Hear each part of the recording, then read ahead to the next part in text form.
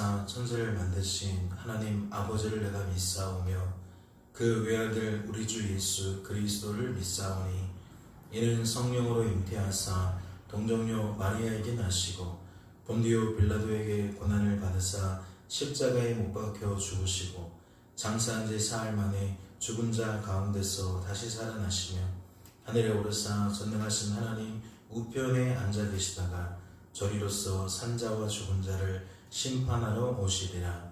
성령을 믿사오며 거룩한 공예와 성도가 서로 교통하는 것과 죄를 사하여 주시는 것과 몸이 다시 사는 것과 영원히 사는 것을 믿사옵나이다. 아멘. 함께 찬양하도록 하겠습니다.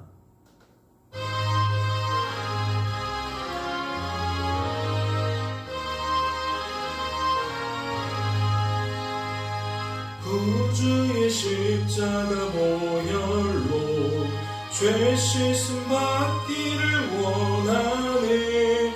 내 죄를 씻으신 주 이름 찬송합시다.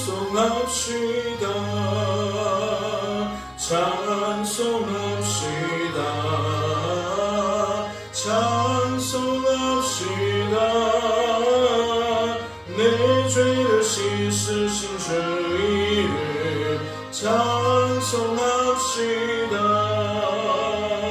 죄악을 속하여 주신 주 내 속에 들어와 계시네. 십자가 앞에서 주 이름 찬송합시다. 찬송합시다. 찬송합시다.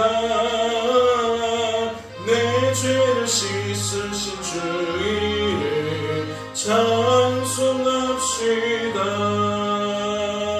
주 앞에 흐르는 생명수 날 씻어 정하게 하시네. 내 기쁜 정성을 다하여 찬송합시다. 찬송합시다. 찬송합시다. 내 죄를 씻으신 주 이름 찬송합시다. 내 주께 회개한 영혼이 생명수 가운데 젖었네. 흠없고 순전한 주 이름 찬송합시다.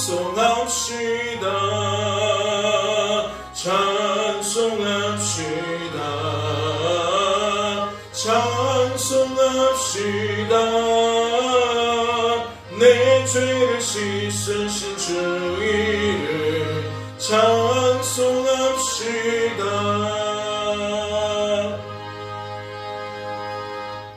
할렐루야. 하나님, 온전히 우리의 입술이 하나님을 찬양하는 도구로 쓰여지게 하시니 감사합니다.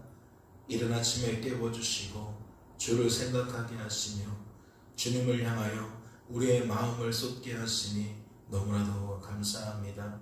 오늘도 부르셨사오니 말씀을 통하여 우리 안에 하나님의 갈망을 알려주시고 우리 안에 하나님이 기뻐하시는 뜻을 알려주셔서 이 한 달을 지낼 때에 그 뜻이 내 안에 계신 하나님을 통하여 어떻게 이루어져 가는지 우리가 낱낱이 묵도하게 하시고 주신 은혜로 주신 감동으로 그때마다 하나님께 감사로 찬양으로 영광 올려드리며 하나님을 드러내는 축복의 통로로 빛의 자녀로 그렇게 그리스도로 옷 입는 삶을 살아갈 수 있도록 주님 도와 주시옵소서. 주께서 우리를 붙들어 주실 줄로 믿고 감사드리며 이 모든 말씀 우리를 죄에서 구원하신 예수님의 이름으로 기도하옵나이다. 아멘. 오늘 살펴보실 하나님의 말씀은 신약성경 로마서 14장 말씀입니다. 신약성경 로마서 14장 말씀 함께 통독하도록 하겠습니다. 통독합니다. 믿음이 연약한 자를 너희가 받되 그의 의견을 비판하지 말라. 어떤 사람은 모든 것을 먹을 만한 믿음이 있고 믿음이 연약한 자는 채소만 먹느니라. 먹는 자는 먹지 않는 자를 업신여기지 말고 먹지 않는 자는 먹는 자를 비판하지 말라. 이는 하나님이 그를 받으셨습니다. 남의 하인을 비판하는 너는 누구냐? 그가 서 있는 것이나 넘어지는 것이 자기 주인에게 있음에 그가 세움을 받으리니 이는 그를 세우시는 권능이 주께 있음이라. 어떤 사람은 이날을 저날보다 낮게 여기고 어떤 사람은 모든 날을 같게 여기나니 각각 자기 마음으로 확정할지니라. 나를 중히 여기는 자도 주를 위하여 중히 여기고 먹는 자도 주를 위하여 먹으니 이는 하나님께 감사하며 먹지 않는 자도 주를 위하여 먹지 아니하며 하나님께 감사하느니라. 우리 중에 누구든지 자기를 위하여 사는 자가 없고 자기를 위하여 죽는 자도 없도다.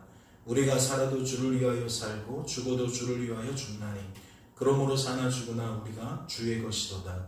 이를 위하여 그리스도께서 죽었다가 다시 살아나셨으니 곧 죽은 자와 산 자의 주가 되려 하심이라. 내가 어찌하여 내 형제를 비판하느냐? 어찌하여 내 형제를 업신 여기느냐? 우리가 다 하나님의 심판대 앞에 서리라. 기록되었으되 주께서 이르시되 내가 살았노니 모든 무릎이 내게 꿇을 것이요 모든 혀가 하나님께 자백하리라 하였느니라. 이러므로 우리 각 사람이 자기의 일을 하나님께 짓고 하리라. 그런즉 우리가 다시는 서로 비판하지 말고 도리어 부딪힐 것이나 거칠 것을 형제 앞에 두지 아니하도록 주의하라. 내가 주 예수 안에서 알고 확신하노니 무엇이든지 스스로 속된 것이 없으되 다만 속되게 여기는 그 사람에게는 속되니라. 만일 음식으로 말미암아 내 형제가 근심하게 되면 이는 내가 사랑으로 행하지 아니함이라. 그리스도께서 대신하여 죽으신 형제를 내 음식으로 망하게 하지 말라. 그러므로 너희의 선한 것이 비방을 받지 않게 하라. 하나님의 나라는 먹는 것과 마시는 것이 아니요 오직 성령 안에 있는 의와 평강과 희락이라. 이로써 그리스도를 섬기는 자는 하나님을 기쁘시게 하며 사람에게도 칭찬을 받느니라. 그러므로 우리가 화평의 일과 서로 덕을 세우는 일을 힘쓰나니 음식으로 말미암아 하나님의 사업을 무너지게 하지 말라. 만물이 다 깨끗하되 버리낌으로 먹는 사람에게는 악한 것이라. 고기도 먹지 아니하고 포도주도 마시지 아니하고 무엇이든지 내 형제로 거리끼게 하는 일을 아니함이 아름다우니라. 내가 있는 믿음을 하나님 앞에서 스스로 가지고 있으라. 자기가 옳다 하는 바로 자기를 정죄하지 아니하는 자는 복이 있도다. 의심하고 먹는 자는 정죄되었나니 이는 믿음을 따라 하지 아니하였기 때문이라. 믿음을 따라 하지 아니하는 것은 다 죄니라. 아멘. 할렐루야. 말씀을 통해 무엇을 깨닫게 되십니까?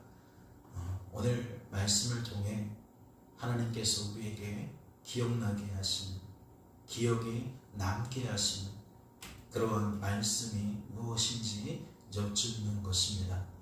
오늘 말씀은 크게 보면 음식에 관한 이야기처럼 들립니다.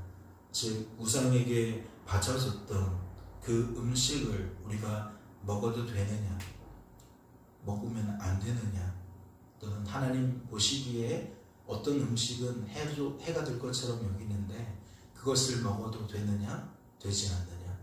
그러면서 사람들은 이미 그러한 저러한 이유들을 가지고 먹으면 안 된다, 먹으면 된다 라는 결정을 내리고 그것을 통하여서 자기가 먹을 때에 그에 대한 평가, 또 그 기준을 가지고 상대방이 먹는 것에 관하여 대한 평가, 이런 것들이 설왕설래하면서 덕이 되지 않는 모습이 공동체 안에 나타났던 것 같아요. 그러면 이것이 14장의 이야기인데 13장에는 이에 준하여 어떤 말들이 기록되어 있었습니까?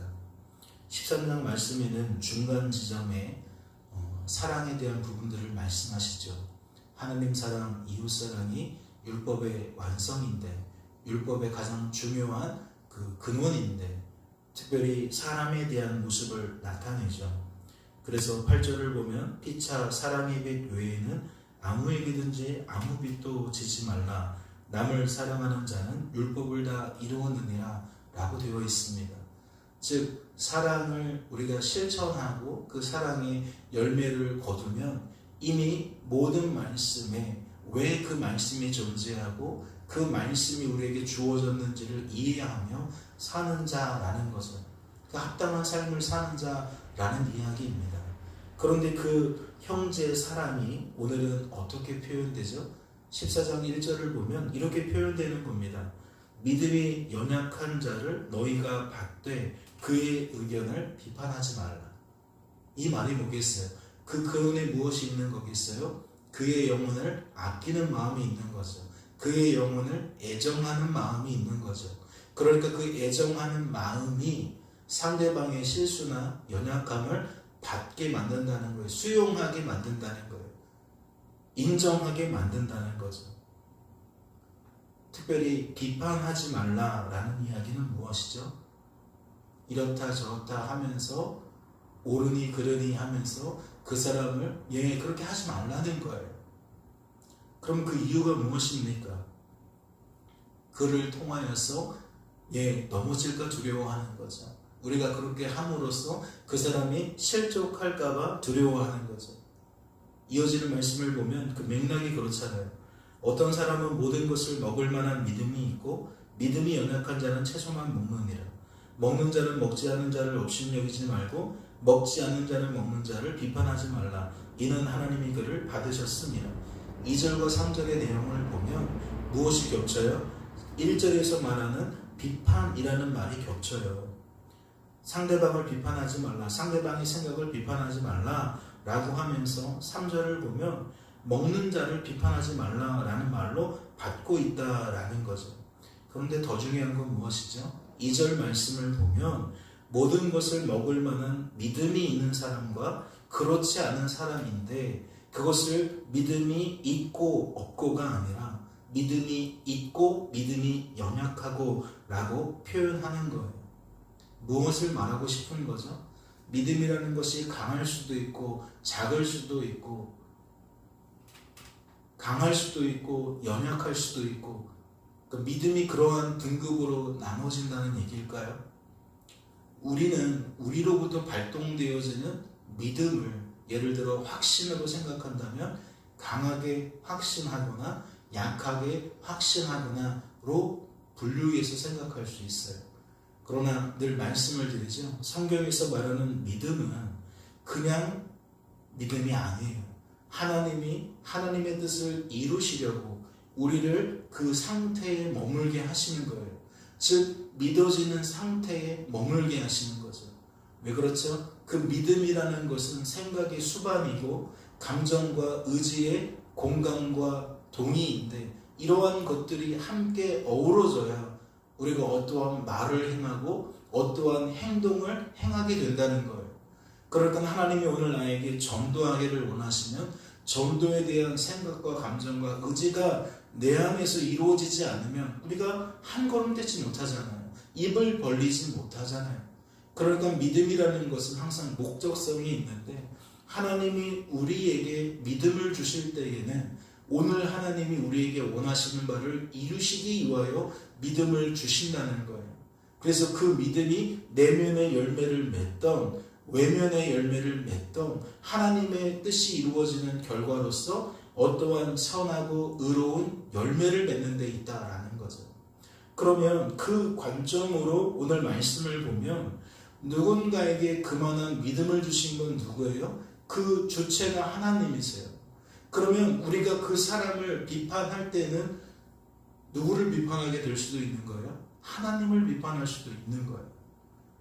그리고 그 논조에서 자고할 수도 없겠죠. 내가 내 스스로 내는 믿음과 믿음의 열매라면 상대방도 똑같은 수준으로 너도 그래 해야 돼, 너는 왜 그러지 못한 거야 라는 판단이 설 수 있지만 나조차도 하나님 때문에 이러한 삶인 거면 나도 감사인 거고 상대방도 감사인 거죠.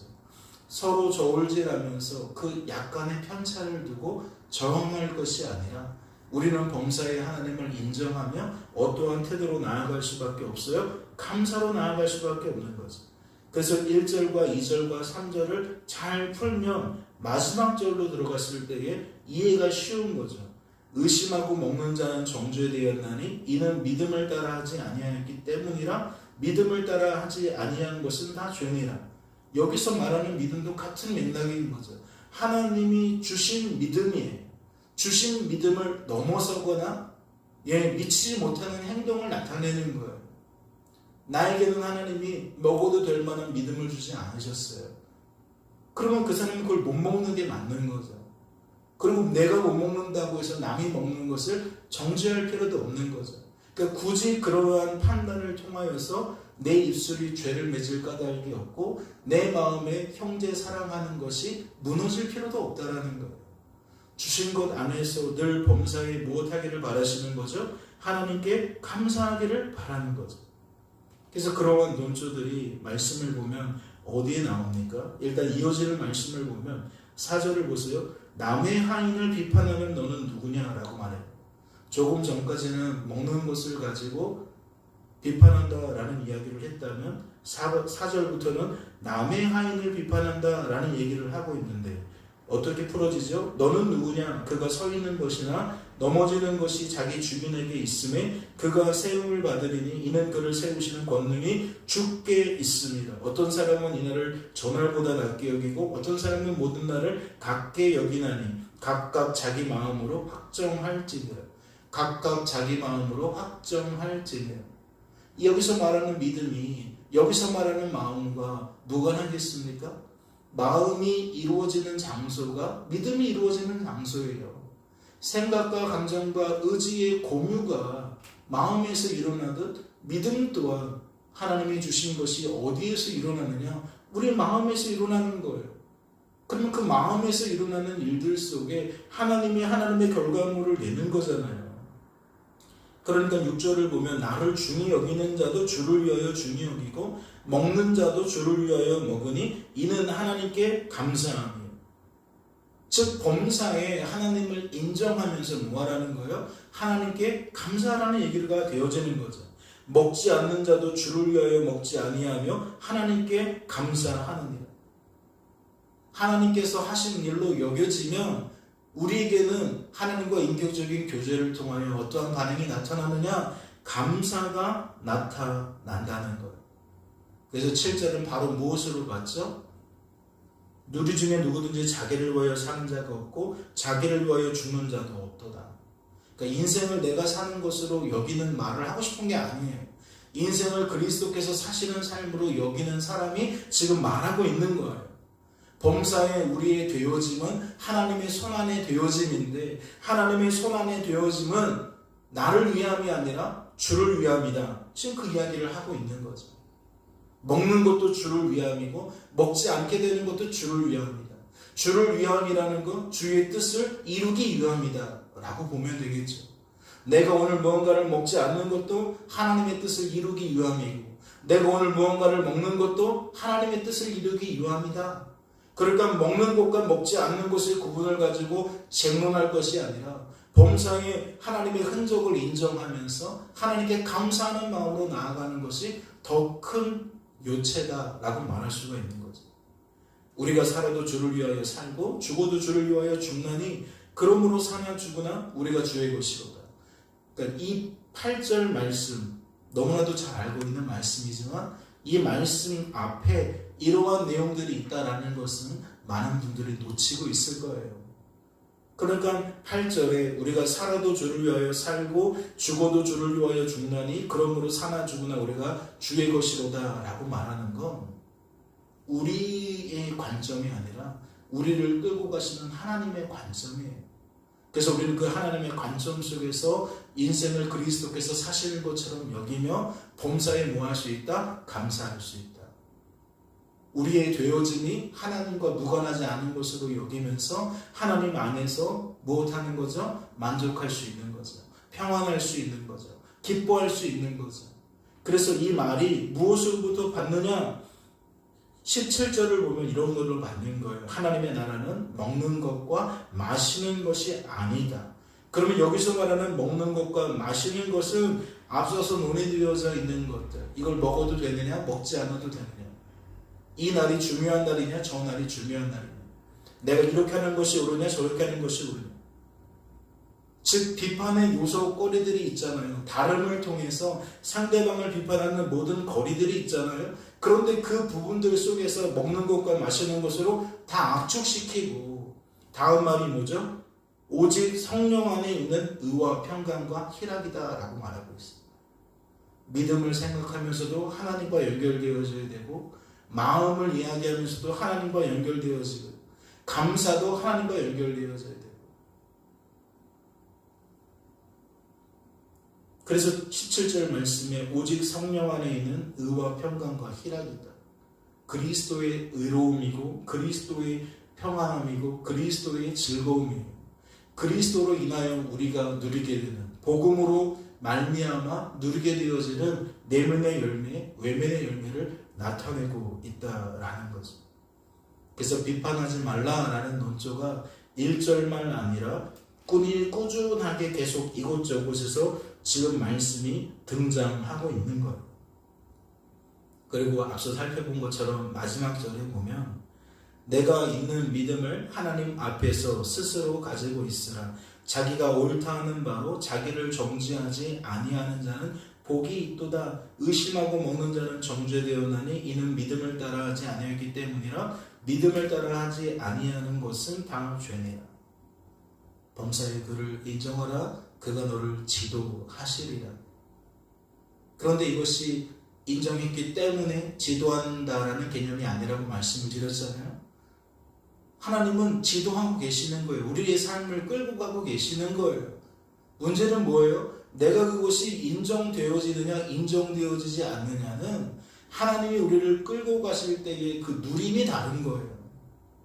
누군가는 하나님의 나를 오늘 끌고 가시는 것 속에서 마음껏 감사하는 것과 만족과 평안과 기쁨을 드러내는 것으로 나타나겠지만, 누군가는 계속 이것이 맞느냐 틀리냐, 저 사람은 왜 그러느냐, 비판의 일색일 수도 있는 거죠. 같은 하나의 원리를 가지고 서로 다른 반응을 나타낼 수 있는 것인데, 오늘 말씀은 그 모든 것들을 통칭하며 인생을 주관하고 구원하시는 하나님 앞에서 그분을 우리가 인정하며 우리의 삶이 하나님 나라로서 어떻게 펼쳐질 수 있는지 새로운 인식, 새로운 삶의 모델을 보여주고 있는 것이다 라고 할 수 있다라는 거죠.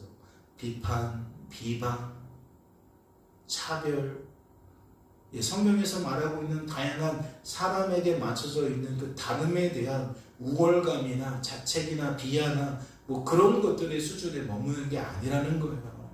오늘 나의 되어짐 속에 하나님을 발견하고 그 속에서 우리가 하나님의 나라를 누려가는 것, 그것이 나의 삶으로 족한 것이 아니라 각자가 그러한 삶들을 살아가며 공동체로 연합되어진 것, 그것이 바로 무엇이다? 하나님의 나라다, 교회다 라고 이야기할 수도 있는 것이죠. 오늘 주어진 삶에서 그러면 제1 목적은 무엇이 되어야 합니까? 내 속에서 끊임없이 하나님의 뜻을 이루어 가시는 하나님에 대한 지극한 관심과 그 하나님이 이끌어 가심에 대한 우리의 헤아림과, 그리고 그 헤아림으로 말미암는 자연스러운 반응으로 우리는 우리의 삶을 한번 재인식해 볼 수 있는 거죠. 나로부터 출발되어지는 인식, 사람과 사람에 대한 상대적인 그 초점 안에서 벌어지는 일들이 아니라 하나님과 우리의 관계 속에서, 그것이 개인의 관계로부터 출발되어져서 그러한 사람들이 모인 연합체로, 공동체로서의 의미까지 한번 재고해 볼 수 있지 않겠나라는 거죠. 기도하시면서 더 그 길을 찾아가시고 하나님께 구하시면서 하나님이 더 깊이 풀어주실 수 있기를 주님의 이름으로 소망합니다. 기도합니다. 하나님 아버지, 하나님을 사랑함에 있어 우리가 하나님의 기준에 둘 수 없음을 고백합니다. 이웃을, 형제를 내 몸같이 사랑함에 있어서 우리는 동일한 반응으로 나타낼 수밖에 없음을 압니다. 그러니 주님, 우리가 무슨 말을 하리요? 서로를 비방하고 비판하는 것으로 무슨 유익이 있으리요? 오늘 내 속에서 살아서 역사하시는 하나님을, 누군가 안에서 살아서 역사하시는 하나님을 자칫 우리가 비판하고 비방하는 결과로 이어질까 두렵습니다. 우선 우리 각 사람이 하나님 안에서 하나님의 나라를 진실히 누려가게 하여 주시옵시고, 그래야 우리의 입술이 감사가 넘쳐나게 하여 주옵시며, 그것이 한 개인으로 머무는 것이 아니라 하나님을 주로 섬기는 성도의 연합으로, 연합체의 모습으로 나타나게 하셔서 그 무리가 크든 작든 그 속에서 함께 하모니를 이루며 하나님을 찬양하고 하나님께 감사하는 하나님의 자녀들이 되어질 수 있도록 도와주옵소서. 이러한 모습이 교회 안에서 나타나기를 원하고, 가정 안에서 나타나기를 원하고, 직장에서, 사업장에서 나타날 수 있기를 원합니다. 주님께서 친히 주관하여 주시옵소서. 주께서 우리를 붙들어 주실 줄로 믿고 감사드리며, 이 모든 말씀 우리를 죄에서 구원하신 예수님의 이름으로 기도하옵나이다. 아멘. 하늘에 계신 우리 아버지여, 이름이 거룩히 여김을 받으시오며 나라 임하옵시며 뜻이 하늘에서 이룬 것 같이 땅에서도 이루어지이다. 오늘날 우리에게 일용할 양식을 주옵시고, 우리가 우리에게 죄 지은 자를 사하여 준 것 같이 우리의 죄를 사하여 주옵시고, 우리를 시험에 들게 하지 마옵시고 다만 악에서 구하옵소서. 대개 나라와 권세와 영광이 아버지께 영원히 있사옵나이다. 아멘.